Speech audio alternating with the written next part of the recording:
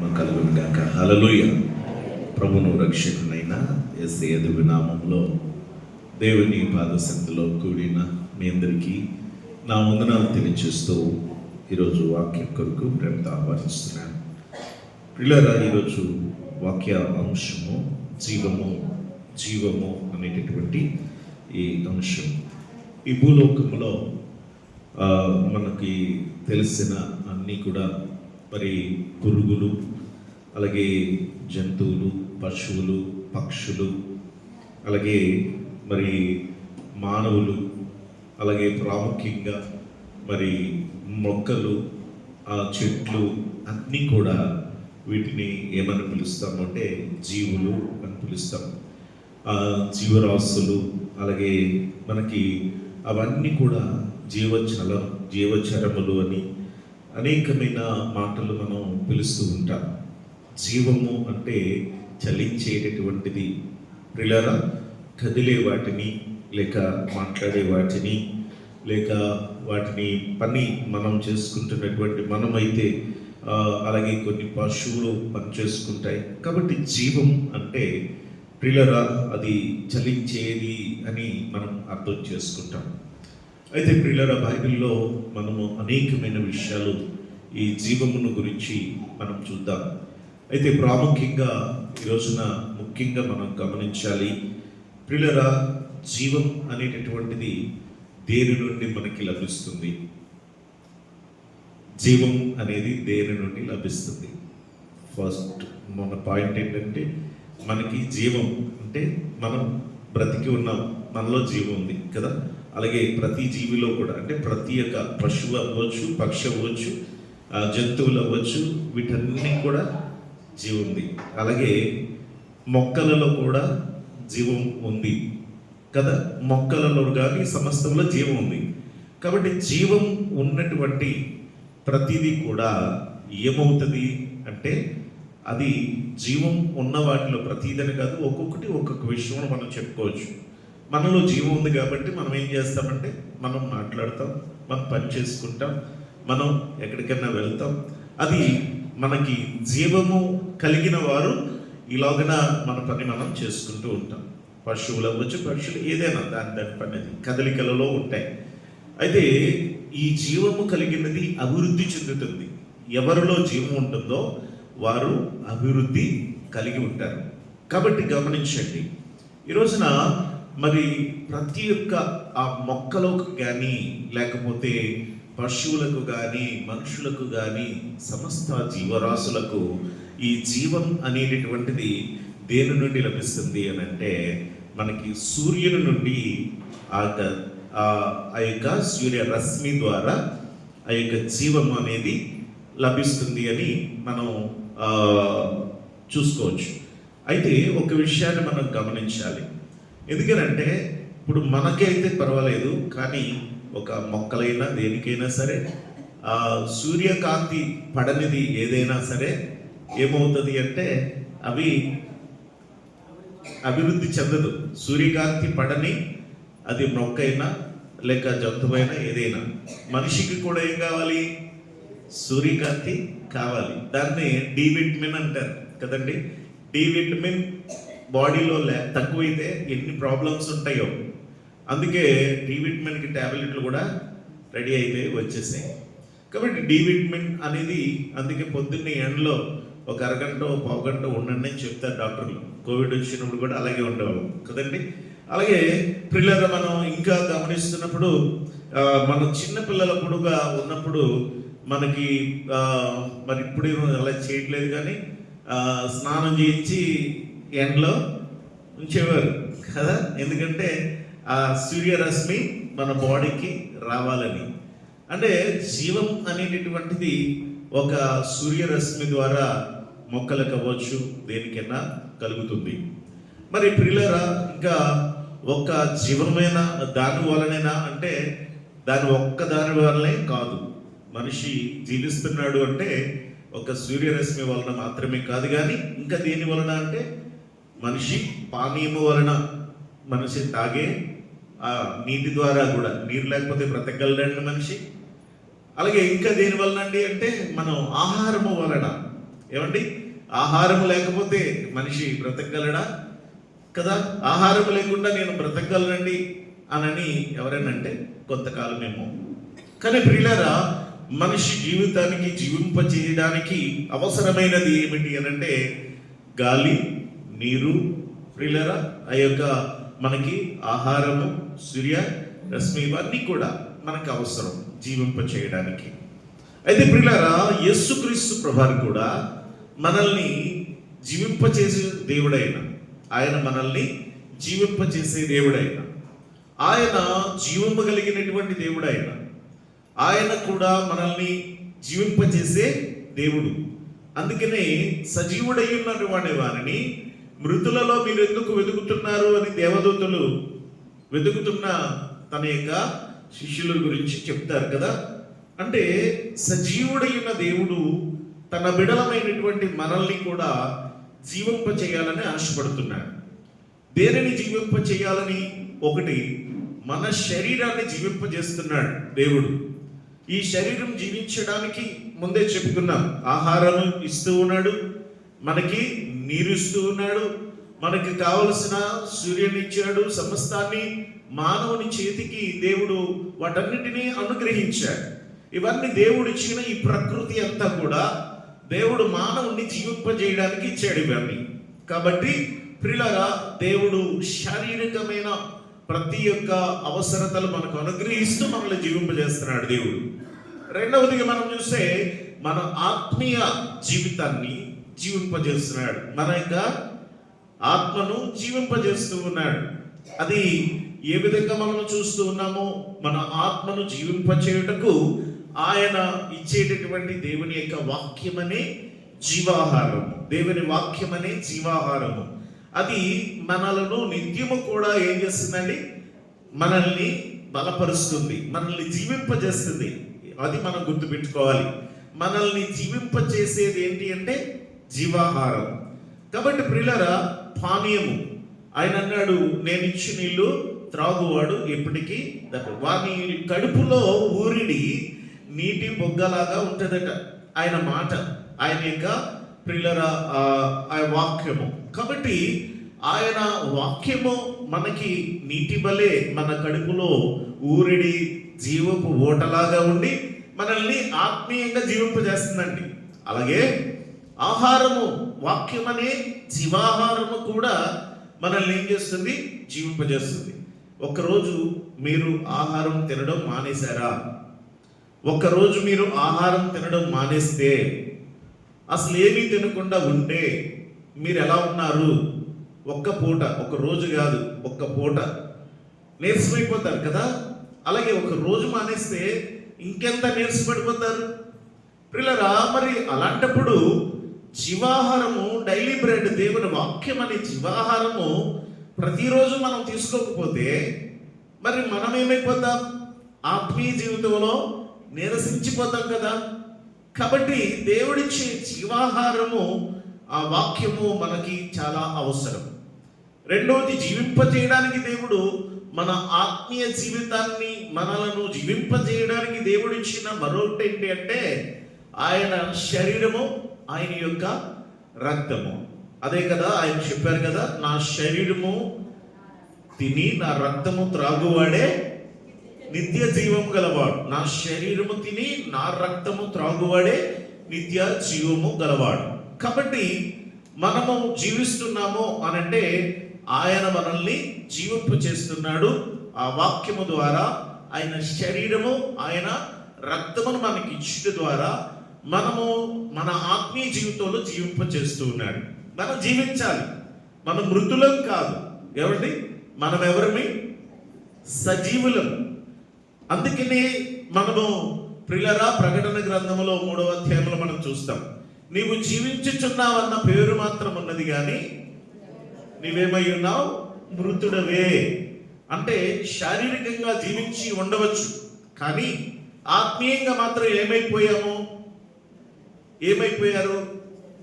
చచ్చిపోయారు.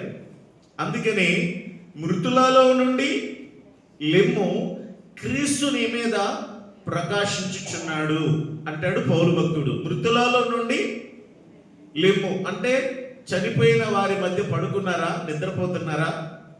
శారీరకంగా చనిపోయిన వాళ్ళ దగ్గర ఎవరైనా పక్కన నేను కూడా పడుకుంటానని పడుకుంటారు ఎవరైనా? పడుకోరు కదా.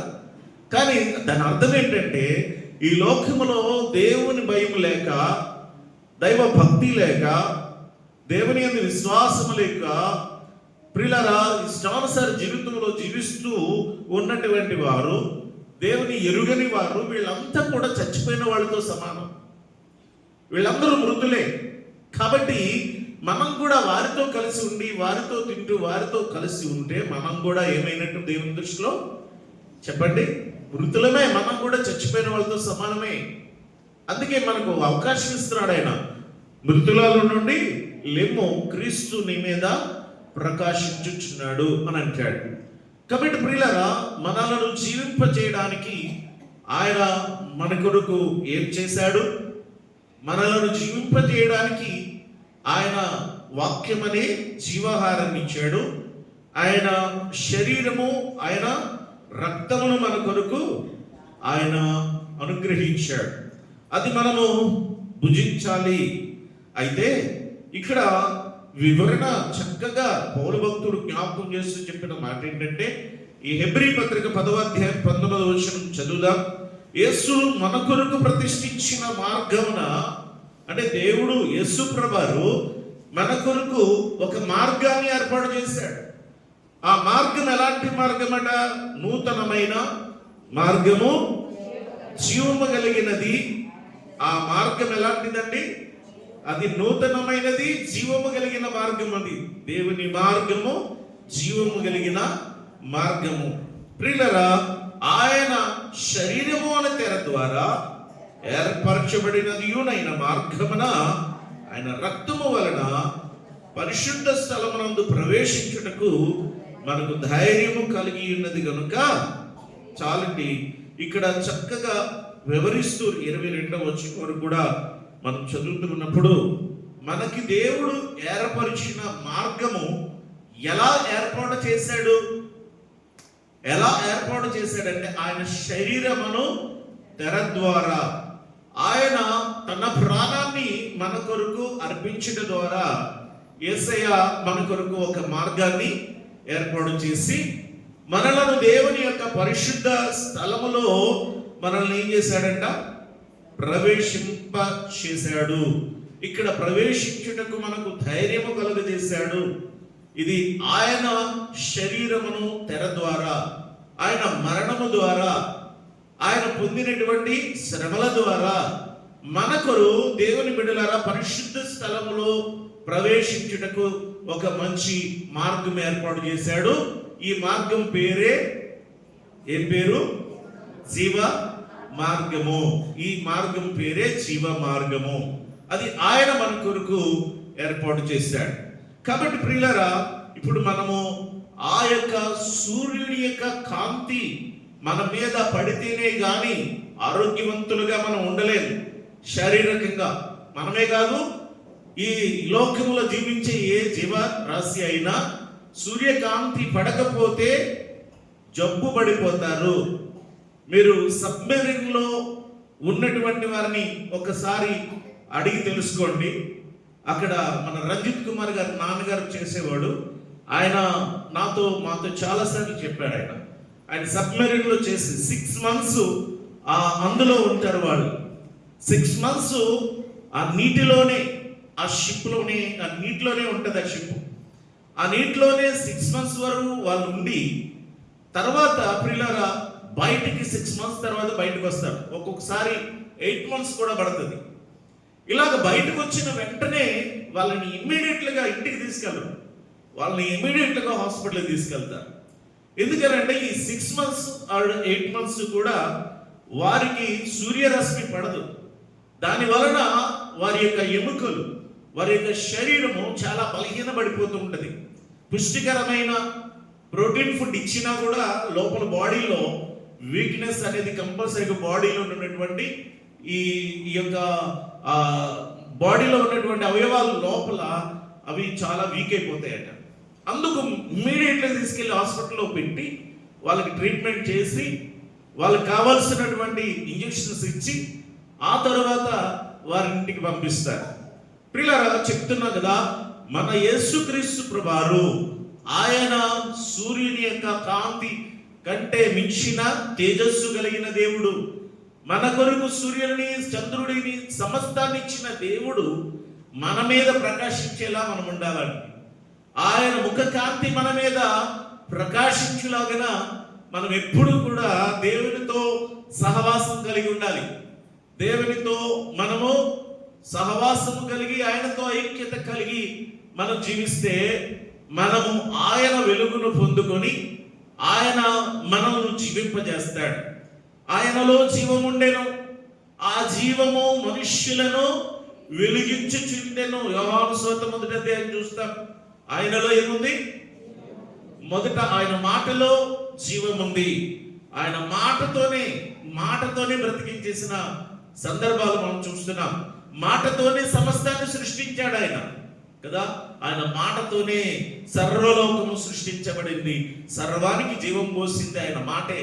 ఈ రోజున ఆయన మాట మనల్ని జీవింపజేస్తుంది.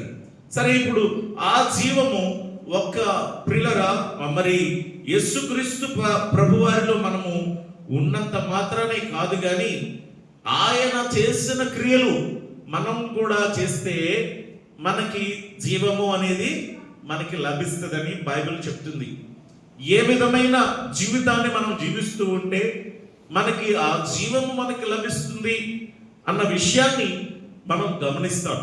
యేసయ్య చెప్పిన మాటలు కూడా ఒకసారి మనం ఆలోచన చేద్దాం. వినండి, ప్రతి ఒక్క పాయింట్ కూడా మీరు మనసులో పెట్టుకొని జాగ్రత్తగా గ్రహించండి. జీవం అంటే ఏంటో యేసయ్య వివరిస్తున్నారు. జీవం అంటే ఏంటో వివరిస్తూ ఉన్నారు. మొదటిగా మనము చూద్దాం. యోహాను 17:3. యోహాను సువార్త 17వ అధ్యాయము 3వ వచనం. అద్వితీయ సత్యదేవుడునైనా నిన్నును నీవు పంపిన యేసుక్రీస్తును ఎరుగుటయే నిత్య జీవం. మొదటి పాయింట్ ఏంటండి అంటే, అద్వితీయ దేవుడైన తండ్రిని, అలాగే ఆయన పంపిన కుమారుడైన యేసుక్రీస్తు ప్రభువారిని ఎరుగుటయే నిత్య జీవం. చెప్పండి, ఇప్పుడు జీవం, నిత్య జీవం అంటే ఏంటి? అమ్మా చెప్పాలి, ఏంటి నిత్య జీవం అంటే? ఏంటంటే మనము దేవునిని ఎరిగిన వారమై ఉండాలి. మనం దేవుణ్ణి ఏమై ఉండాలి? ఎరిగిన వారమై ఉండాలి. అంటే ఆయన గురించి, మన దేవుని గురించి అన్నీ తెలుసుకోవాలి. ఆయన మనకు ఏమై ఉన్నాడో అన్నీ మనము ఎరిగిన వారమై ఉండాలి. ఆయన గురించి తెలుసుకోవాలి కదా. ఆయన ఎలాంటి దేవుడు? ఆయనలో ఉన్న గొప్పతనం ఏంటి? ఆయనలో ఉన్నటువంటి శ్రేష్టత ఏంటి? ఒకసారి మనం ఆయన గురించి తెలుసుకోవడానికే ప్రయత్నం చేయాలి.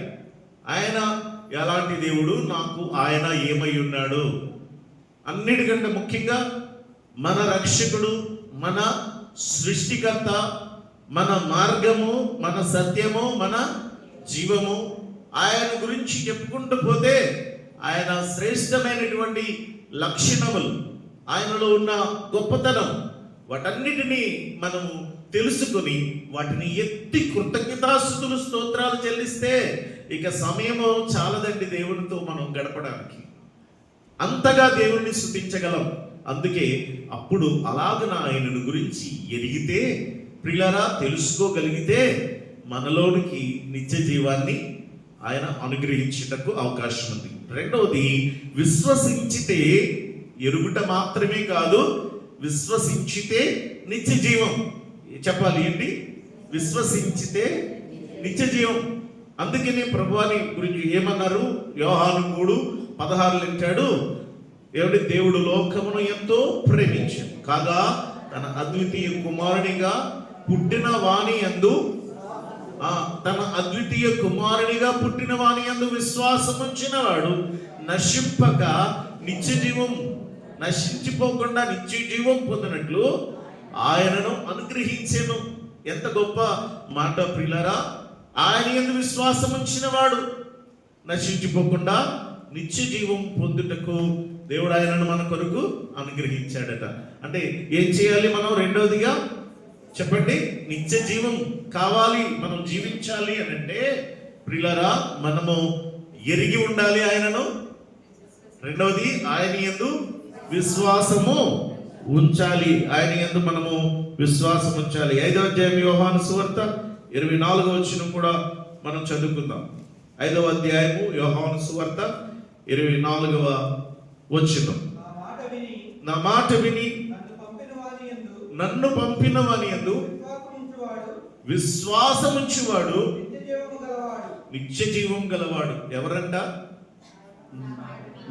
నా మాట విని నన్ను పంపిన వాని యందు విశ్వాసం ఉంచినవాడు. అంటే యేసుక్రీస్తు ప్రభునందు మనం విశ్వాసం ఉంచితే మనము నిత్య జీవితాన్ని మనం పొందుకుంటాము అన్న విషయాన్ని జ్ఞాపకం చేస్తూ ఉన్నారు. తర్వాత 3వ విషయాన్ని మనం జ్ఞాపకం చేసుకుందాం.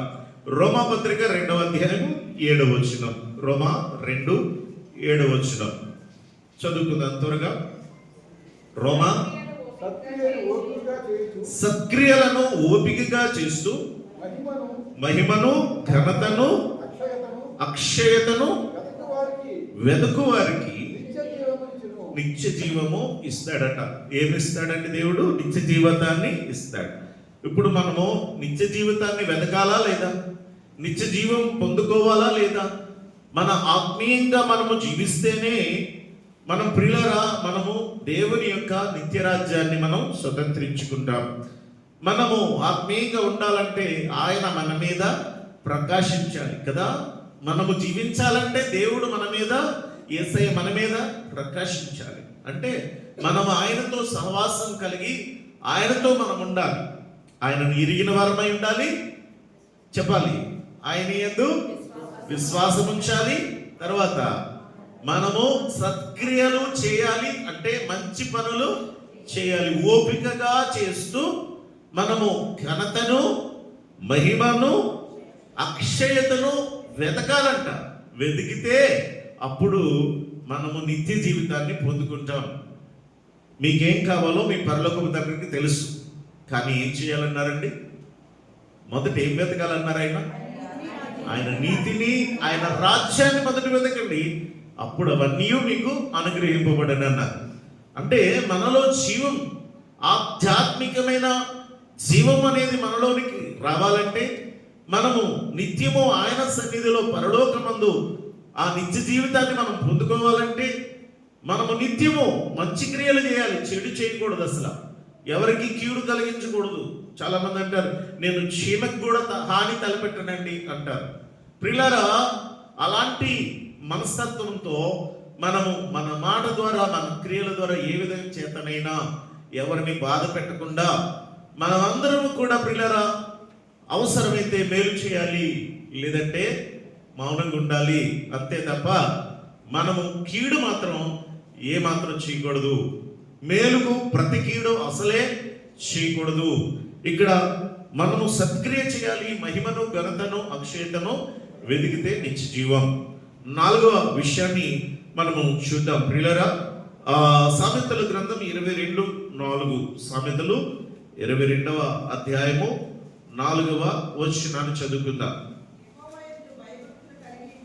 యెహోవా యందు భయభక్తులు కలిగి ఉండుట వినయమునకు ప్రతిఫలము, ఐశ్వర్యమును ఘనతయు జీవమును దాని వలన కలుగును.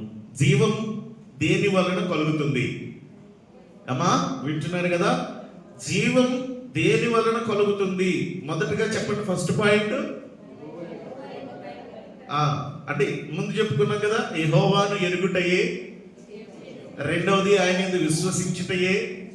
మూడవది సత్క్రియ ఓపికగా చేస్తూ మహిమను ఘనతను అక్షయతను వెతికితే నిత్య జీవం వస్తుంది. 4వదిగా చూస్తే యెహోవా యందు భయభక్తులు కలిగి ఎవరైతే వినయముగా ఉంటారో, ఎవరైతే భయభక్తులు కలిగి దేవుడిలో ఉంటారో, దైవ భయము కలిగి జీవిస్తారో అలాంటి వారికి ఏం లభిస్తుందట? ఐశ్వర్యం లభిస్తుందట, ఘనత లభిస్తుందట, జీవం వస్తుందట.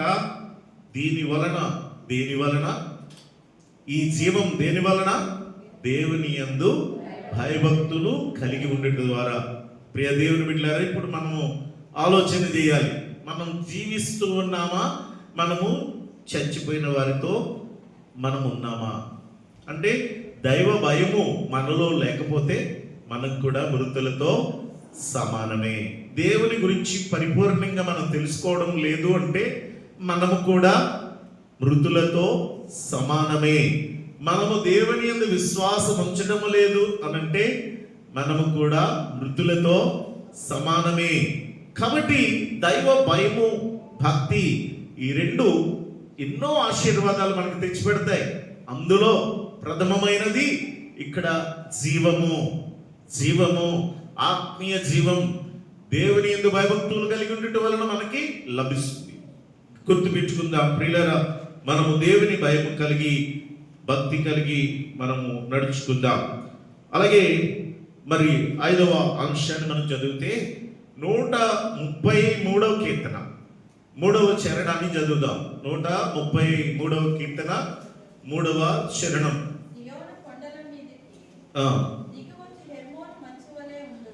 సియోను కొండ మీదికి దిగివచ్చు, హెర్మోను మంచువలే ఉండును. ఆశీర్వాదము, శాశ్వత జీవము అచ్చట ఉండవలెను. చాలండి. ఇక్కడ జీవము, ఎలాంటి జీవం అమ్మా? ఎలాంటి జీవం అంట? శాశ్వతమైన జీవం అచ్చట ఉండవలెనని యెహోవా సెలవిచ్చేశాడు. ఎక్కడ ఉండాలని ఆజ్ఞాపించేశాడు. అక్కడ ఫిక్స్ చేసేసాడు ఇంకా దేవుడు. ఎక్కడంటే ప్రియులరా, సహోదరులు ఐక్యత కలిగి ఎక్కడుంటారో, ఐక్యత కలిగి ఎక్కడుంటారో అక్కడ ఏముంది చెప్పాలి? శాశ్వతమైన జీవమును అక్కడ ఉంచాడు. మనం జీవం కావాలనే కదా మన ప్రయాస, మనం జీవించాలనే కదా ప్రయాస. యేసయ్య కూడా అదే చెబుతున్నాడు, మీరు జీవించాలి, మీరు నిత్యము జీవిస్తూ ఉండాలి. సజీవులు సజీవులే కదా నిన్ను స్తుతిస్తారు అంటాడు. ప్రియులారా, సజీవులు సజీవులే కదా నిన్ను స్తుతిస్తారు. మనము బ్రతికి ఉన్నాం కానీ దేవుని దృష్టిలో చచ్చిపోయిన వాళ్ళ వల్లే ఉండకూడదు. అలా ఉండకుండా ఉండాలంటే ప్రియులారా, జీవిస్తూ ఉండాలంటే ఈ క్రియలలో ఒక్కొక్కటి మనం చేయాలి. అప్పుడు జీవం మనలోకి వస్తుంది. మనం జీవిస్తున్నట్టు లెక్క. అందులో ఇక్కడ ముఖ్యంగా చూస్తున్నాం, సహోదరులు ఐక్యత కలిగి నివసిస్తే అక్కడ నిత్య జీవం ఉంటుంది, శాశ్వతమైన జీవం ఉంటుంది. ఇంకా తిరుగులేదు. అక్కడ పెట్టేశాడు, అక్కడ అంతే దేవుడు. కాబట్టి ప్రియులారా, ఈ మాట వినిన మనలో ఎలాంటి మనస్తత్వంతో ఉంటున్నాం, ఎలాంటి ఆలోచనలతో ఉంటున్నాం, ఎలాంటి మనలో భేదాలు కలిగి ఉంటున్నాం. మనం ఎవరితోనైనా సరే, మన కుటుంబమైన, మన యొక్క సహోదరులు, మన యొక్క సంఘముల బిడ్డలతోనైనా, ఎవరితోనైనా సరే, ఒకవేళ నీ మనసులోనైనా సరే భేదమును దాచుకుని ఉంచుకున్న ఎడల, ఐక్యత నీ మనసులో లేకపోతే, సమాధానం నీ మనసులో లేకపోతే నీలో ఏం లేదని అర్థం? చెప్పండి, ఏం లేదని అర్థం? ఏం లేదని? జీవము లేదు, జీవము లేదు. ప్రభు దృష్టిలో ఏమని అర్థం? ప్రభు దృష్టిలో మనము మృతులతో సమానం. కాబట్టి దేవుడు కోరుకుంటున్నాడు, ఈరోజు మనతో మాట్లాడుతున్నాడు, మనం జీవించాలని కోరుకుంటున్నాడు. మనం జీవించాలంటే ఖచ్చితంగా అందరం కలిసి ఎలా ఉండాలి? అందరూ కలిసి ఎలా ఉండాలి? ఐక్యతగా ఉండాలి, ఐక్యతగా ఉండాలి. మీకు మరలా నేను ఈ స్టోరీ గుర్తు చేస్తున్నాను. మీకు ఆల్రెడీ చెప్పి ఉంటాను నేను ఈ ఐక్యత గురించి. ఒక 5గురు అన్నదమ్ములు, మనవళ్ళు, వాళ్ళు ఆస్తి కోసం నాకు కావాలి, నాకు కావాలి, నాకు కావాలని కొట్టుకుంటున్నారట. వాళ్ళ తాతయ్య దగ్గరికి వెళ్ళి నాకు ఇవ్వు తాతయ్య, నాకు ఇవ్వు తాతయ్య అంటే, ఇలా కాదని చెప్పి వాళ్ళ తాతయ్య, సరేరా నేను ఆస్తి నేను మీకు ఇస్తాను, కానీ నేను చెప్పినట్టు చెయ్యాలి. అలాగే తాతయ్య, ఏం చెప్తావు చెయ్యి అని అన్నాడట. అనగానే గబగబా అందరూ వచ్చిన తర్వాత ఒక పాయాసాన్ని రెడీ చేయండి అంటే పాయాసాన్ని రెడీ చేశారు. రెడీ చేసిన తర్వాత ఇప్పుడు ఈ పాయాసము మీరేం చేయాలంటే మీరు చెయ్యి కట్టేసుకోండి, బద్దలు తీసుకురండి, 5 బద్దలు తీసుకురండి అంటే 5 బద్దలు తీసుకొచ్చాక ఈ చెయ్యి ఇలాగ ఇక్కడి నుంచి ఇక్కడికి కట్టేసుకోండి అన్నాడు. కట్టేసుకోండి అంటే ఒకడు కట్టేసుకున్నారు. ఈయన కట్టేసాడు. 5 అన్నదమ్ములకి కూడా 5 మనవాళ్ళకి కూడా చేతికి కట్లు కట్టేశారు. ఇప్పుడు అన్నాడు, తాతయ్య మీరు చెప్పినట్టు ఇదిగో ఈ చేతులు కట్టేసుకున్నాం. సరే, ఇప్పుడు ఏం చేయాలో తెలుసా? ఇప్పుడు ఆ పాయాసాన్ని మీరు తినండి అన్నాడు. అర్థమవుతుందా మీ అందరికీ? అమ్మా, ఇప్పుడు ఆ పాయాసాన్ని ఏం చేయాలి? ఎలా తింటాం తాతయ్య? ట్రై చేస్తున్నారు, చెయ్య వంగట్లా, తాతయ్య అవ్వట్ల. నాకు అదంతా అనవసరం, అందులో పాయాసం కంప్లీట్ అయిపోవాలా. ఎవరు కంప్లీట్ చేస్తారో వాళ్ళకి నేను నీకు ఆశిస్తాను రా అన్నాడు. ఇప్పుడు ఏం చేయాలి? ఒకరి మొక్కలు ఒకరు చూసుకొని, అరే నా చెయ్యి వంగట్లేదు కాబట్టి ఒక పని చేద్దాం. ఏంటో తెలుసా? నేను నీకు తినిపిస్తాను, నువ్వు నాకు తినిపించు. ఎలాగైనా సరే ఈ పాయసం ఒకటేలు కదా, నువ్వు నాకు తినిపించు, నేను నీకు తినిపిస్తాను అని అంటే సరే అని చెప్పి వాళ్ళు ఏం చేశారంటే ఒకరి తర్వాత ఒకడు తినిపించుకుంటున్నారు. వాళ్ళు తినలేకపోతున్నారు. వాళ్ళు ఎదురుగా ఉన్న తినిపిస్తుంటే మొత్తాన్ని తాతయ్య అయిపోయింది పాయాసం, వెరీ గుడ్. మీకు మీరు తిన్నారా అంటే తినలేదు. మరి ఏం చేశారు అంటే నేను వాడికి తినిపించాను, వాడికి తినిపించాను, అంతే కదా. ఇప్పుడు మీరు ఐక్యత కలిగి ఒకరి కోసం ఒకరు సహాయం చేసుకున్నారే, ఇది ఐక్యత. ఒకరి కోసం ఒకరు తినిపించుకున్నారే, ఇది ఐక్యత. మనకు మనం చేయాలనేది స్వార్థం, మనకు మనమే బ్రతకాలనేది స్వార్థం, మనమే పేరు తెచ్చుకోవాలనుకుండడం స్వార్థం, మనమే అలా ఉండాలి ఇలా ఉండాలి పక్కోడు రాకూడదు అనుకునేది స్వార్థం, ఆస్తి నేనే పొందుకోవాలనేది స్వార్థం.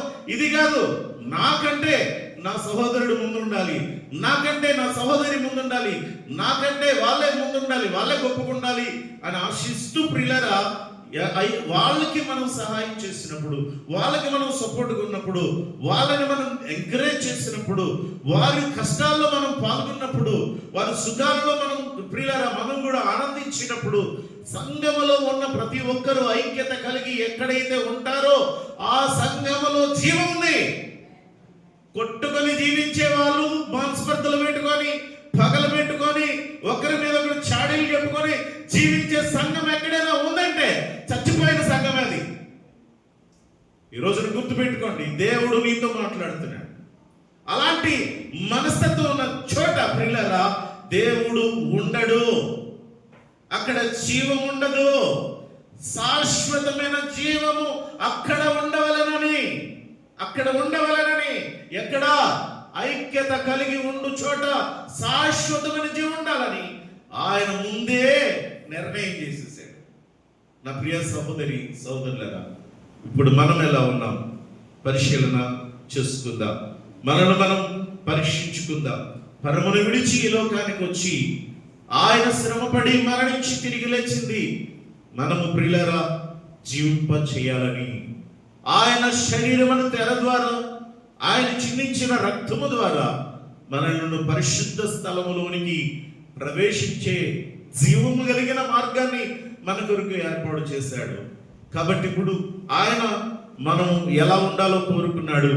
అట్టి రీతిగా సత్క్రియలు చేస్తూ ఆయనను గురించి మనం పూర్తిగా ఎరిగిన వారమై ఉంటూ ఆయన యందు పరిపూర్ణ విశ్వాసము కలిగి జీవిస్తూ ఆయన యందు భయభక్తులు కలిగి మనం నడుచుకుంటూ ప్రియులారా ఐక్యత కలిగి మనము మన కుటుంబముతో మన సహోదరులతో అలాగే దేవునితో నిత్యము ఐక్యత కలిగి సమాధానం కలిగి దేవుళ్ళ ముందుకి కొనసాగాలని ఈ వాక్యం ద్వారా మీ అందరికీ తెలియచేస్తూ ఒక్క వాక్యాన్ని జ్ఞాపకం చేసి నేను ముగిస్తాను.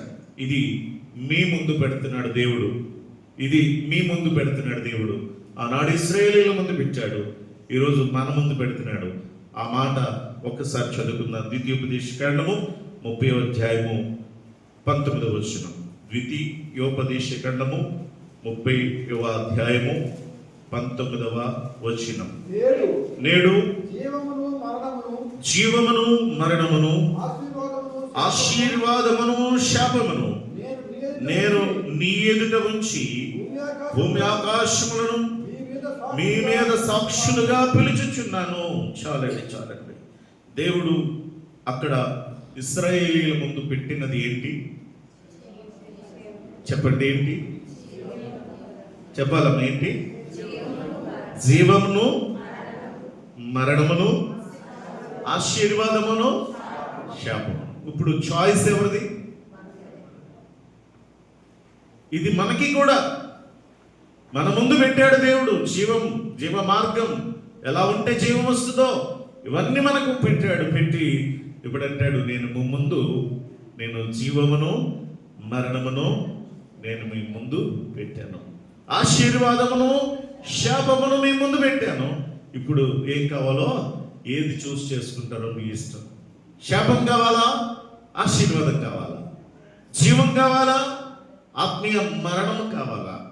ఏది కావాలి? ఇశ్రాయేలీయులకు కాదు, ఇది మనకు కూడా దేవుడు జ్ఞాపకం చేస్తూ ఇచ్చాడు. మనం పరిశీలన చేసుకుంటూ మన విశ్వాసాన్ని కొనసాగించుకుందాం, సరి చేసుకుందాం. మనకి సాక్షులు ఎవరో తెలుసా? ఈ మాటకి సాక్షులు ఎవరు? భూమి ఆకాశములు సమస్త జీవరాశులు. ఆయన నోటి మాటతో సృష్టింపబడినది ప్రతిదీ సాక్ష్యం. ఆనందవరం పాస్టర్ చెప్పాడా లేదా అని దేవుడు అడిగితే, లేదండి చెప్పలేదండి, కొత్తగా విన్నామండి అనుకున్నారనుకో.